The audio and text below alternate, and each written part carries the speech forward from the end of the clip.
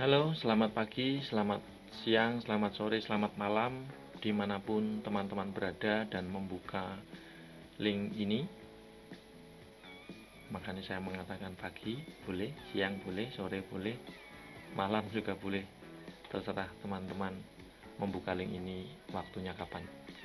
Baik, kelas 8 kita akan memasuki bab 8 subbab B mengenai Ekaristi, sakramen Ekaristi. Saya berharap teman-teman tetap dalam keadaan sehat di dalam masa karantina ini. Meskipun tidak mengenakan, tetaplah bersemangat, jangan lupa bahagia. Oke, mari kita mulai sakramen Ekaristi.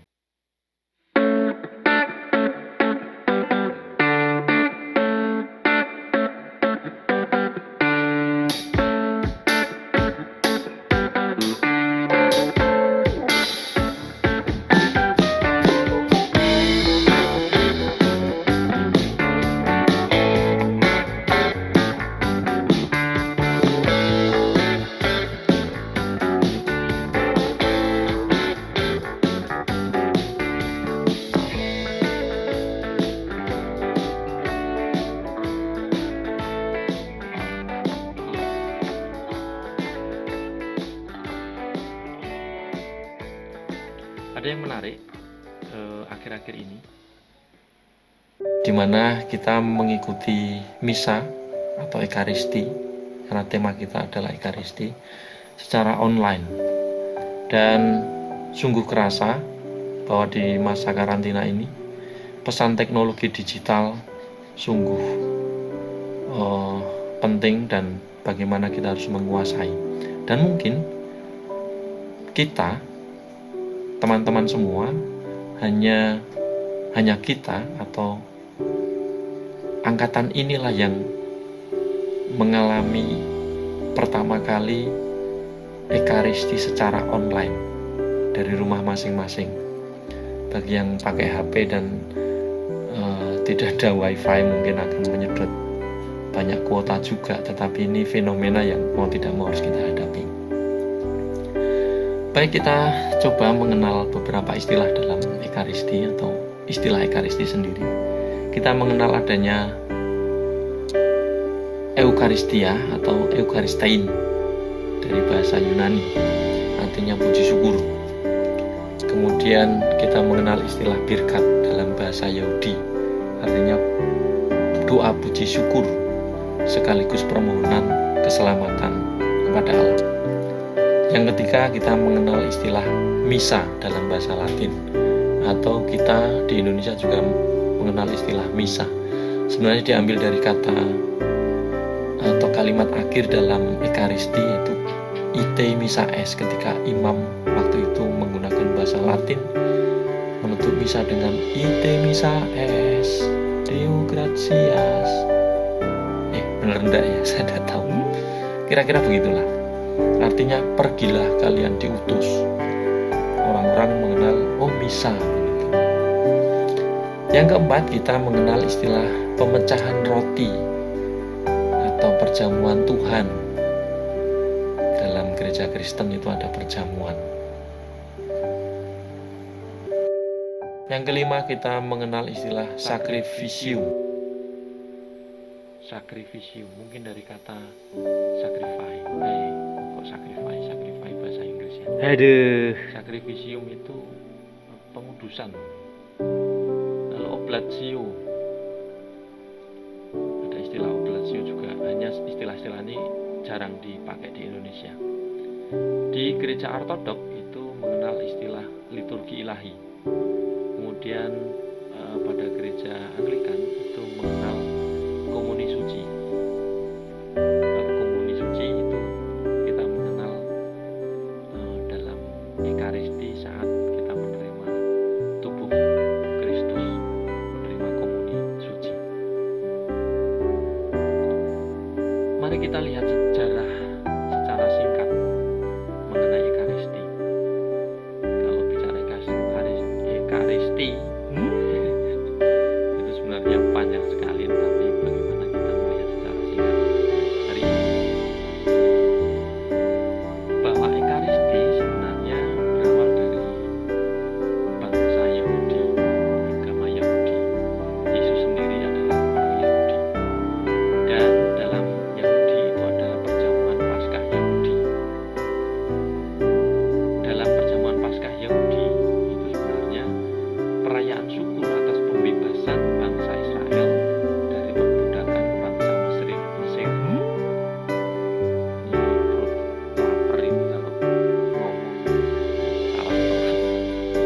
Alah, Fred.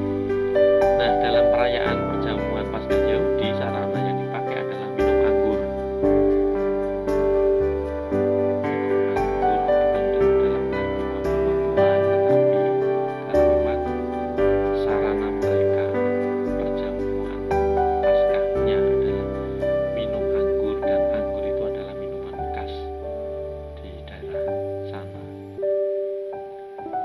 Kemudian roti tak beragi, tidak ada raginya, maka tidak ada rasanya, seperti roti tawar, tapi keras. Kalau roti tawar sekarang itu ada manis-manisnya dikit, jadi tidak tawar lagi, tapi itu memang sungguh-sungguh tak beragi. Lalu sayuran pahit, kalau bicara sayuran pahit itu bayangkan kamu makan daun pepaya atau bunganya, bunga pepaya yang dimasak tanpa penawar, jadi memang rasanya pahit sekali. Lalu ditambah daging anak domba atau mungkin kambing, tapi yang dalam kitab suci itu anak domba yang dipakai. Nah, ada minum anggur, roti tak beragi, sayuran pahit, daging anak domba, itu sarana yang dipakai. Nah, template ini dipakai oleh Yesus, tapi yang dipakai hanya template-nya, tidak semua. Maka perjamuan Yesus ini mengambil template perjamuan Paskah Yahudi, kita bisa menemukan dalam Lukas 22 ayat 1 sampai 23. Perjamuan Yesus itu juga kita kenal sebagai The Last Supper atau perjamuan malam terakhir, yaitu tanda perpisahan Yesus dengan para murid sebelum penderitaannya dimulai, atau pada awal penderitaan sebelum paginya disiksa, dihadiri siang masa sampai sore disalib, meninggal jam 3. Itu Yesus mengawali dengan perjamuan malam terakhir. Sarananya adalah hampir sama, makan roti sebagai lambang tubuh Yesus dan minum anggur sebagai lambang dari darah Yesus. Nah, di sini ada yang baru. Yang baru apanya? Yang baru adalah sarana. Roti anggur sama, sayuran pahit sudah tidak ada, anak domba tidak ada, telah diganti dengan Yesus. Nah, lalu terjadi transubstansio. Ini juga yang terjadi dalam Ekaristi pada hari ini. Transubstansio itu adalah perubahan esensi dari anggur menjadi darah Yesus, dan roti tak beragi menjadi tubuh Yesus. Yang berubah sekali lagi esensinya, bukan substansinya. Substansinya sama, yang tampak bentuknya adalah roti dan anggur, tapi esensinya adalah tubuh dan darah. Tidak mudah ya memahami ini, karena memang tidak bisa dilihat oleh mata, apalagi kalau matanya ngantuk pasti bisa. Yang jelas, berbahagialah kamu yang percaya meskipun tidak melihat. Oke, lanjut. Apa perbedaan keduanya? Saya tegaskan lagi meskipun tadi sudah. Dalam perjamuan Yahudi itu merayakan tindakan Allah atas bangsa Israel dari perbudakan Mesir. Ini peringatan pembebasan Israel dari bangsa Mesir atau perbudakan Mesir. Yang menjadi korban adalah hewan kurban, kambing atau domba. Ritusnya panjang dan lama. Kalau mau lihat ritusnya silakan dibaca Paskah Yahudi menurut kitab Yesaya, ya, seperti di bacaan-bacaan Paskah. Dalam perjamuan malam terakhir Yesus itu perayaan perpisahan, beda ya. Di sini sudah beda. Yang dirayakan adalah perpisahan Yesus dan para murid. Yang menjadi korban bukan kambing domba, tetapi Yesus sendiri. Yesus mengorbankan tubuh dan darahnya. Lalu perjamuan malam terakhir dan juga nanti Ekaristi itu akan lebih singkat dari perjamuan Paskah Yahudi. Kenapa? Karena Yesus hanya mengambil template-nya saja, tidak mengambil semua tata cara perjamuan Yahudi. Oke, lanjut. Dalam perjamuan malam terakhir Yesus, atau disingkat PMT atau The Last Supper, itu dasar perjamuan ini menjadi dasar dari perjamuan para murid Yesus setelah Yesus wafat dan naik ke surga. Jadi masih berlanjut.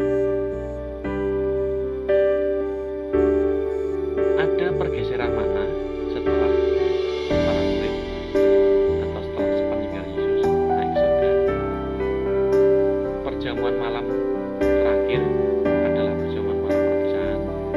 Lalu perjamuan selanjutnya yang diadakan para murid itu adalah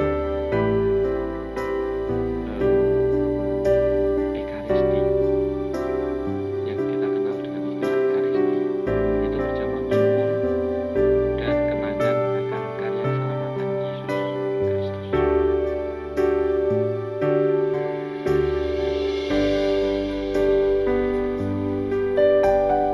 Perjamuan Tuhan dengan para rasul dalam perjamuan malam terakhir itu diteruskan hingga kini oleh gereja melalui perayaan Ekaristi. Kenapa? Karena Yesus berpesan, dan itu adalah wasiat Yesus dengan mengatakan, kenangkanlah aku dengan merayakan peristiwa ini. Kira-kira begitu ya. Kalau mau mengenangkan Yesus, itu kita harus merayakan perjamuan Ekaristi. Nah, Ekaristi itu mengambil dasar dari perjamuan malam terakhir Yesus. Inti dari perayaan Ekaristi adalah syukur. Sebenarnya kita mensyukuri. Apa yang disyukuri? Penyelamatan Allah, tindakan penyelamatan Allah yang nyata, yang terwujud dalam diri Yesus Kristus. Maka makna Ekaristi adalah ucapan syukur dan pujian kepada Allah Bapa. Ucapan syukur dan pujian kepada Allah Bapa. Yang kedua adalah kenangan akan kurban Yesus Kristus. Kita mengenangkan sekaligus menghadirkan. Lalu kehadiran Yesus melalui sabdanya. Karena dalam Ekaristi kita selalu membaca sabda. Bacaan pertama, bacaan kedua, lalu bacaan Injil. Misa harian, bacaan pertama, lalu bacaan Injil. Kemudian makna yang berikutnya adalah pengenangan dan penghadiran kembali atau anamnesa. Dan penghadiran kembali itu sifatnya realis presensia.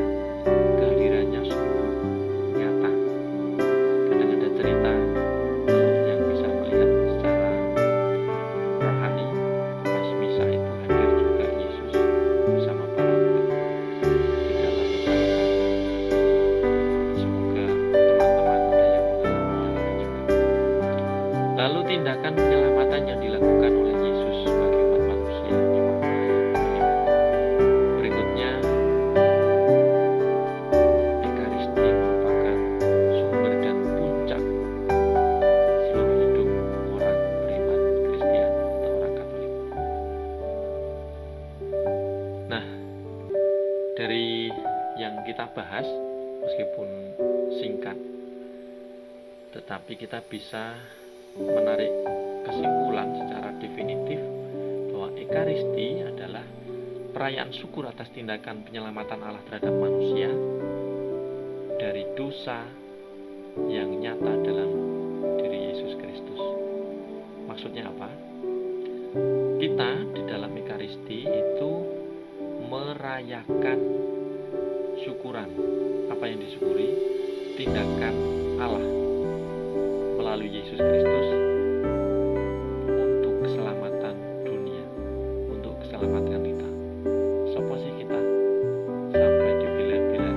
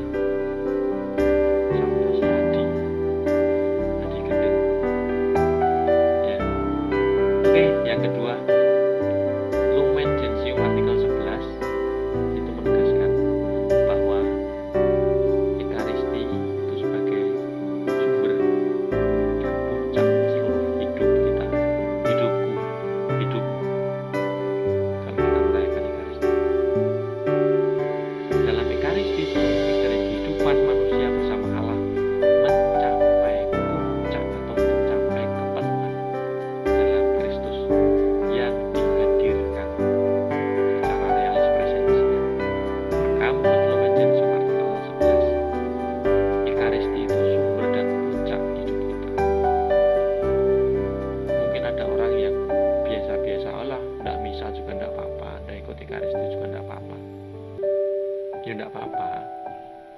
Dalam arti Allah itu juga memberikan hujan pada orang yang baik dan yang tidak baik, yang berdosa dan tidak berdosa, semua dikasih panas. Tapi bukan itu masalahnya. Bagaimana secara spiritual kita itu mengupayakan hidup baik, menghidupi jiwa, memberi makanan bagi jiwa secara rohani. Ya, boleh kalau kamu mencoba. Bagi yang Katolik, setahun tidak bisa, 2 tahun tidak bisa, selama hidup tidak bisa, tidak usah berdoa. Boleh coba, tidak apa-apa. Tapi risiko tanggung sendiri. Jangan ngirit-ngirit kancane. Oke, sampai di sini dulu perjumpaan kita. Singkat, tapi kalau belum jelas silakan tulis di mood. Apalagi kamu yang biasa menjadi putra altar dalam Ekaristi, dalam misa. Ada banyak istilah dalam Ekaristi yang tidak saya bahas di sini, tapi silakan dilihat dalam modul. Nanti kalau saya bahas di sini semua otakmu tersedot, kecuali kamu bisa mempunyai trik gratisan. Oke, selamat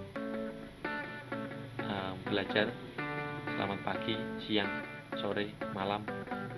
Salam gendeng, salam rumah diskusi, sehat terus. Terima kasih.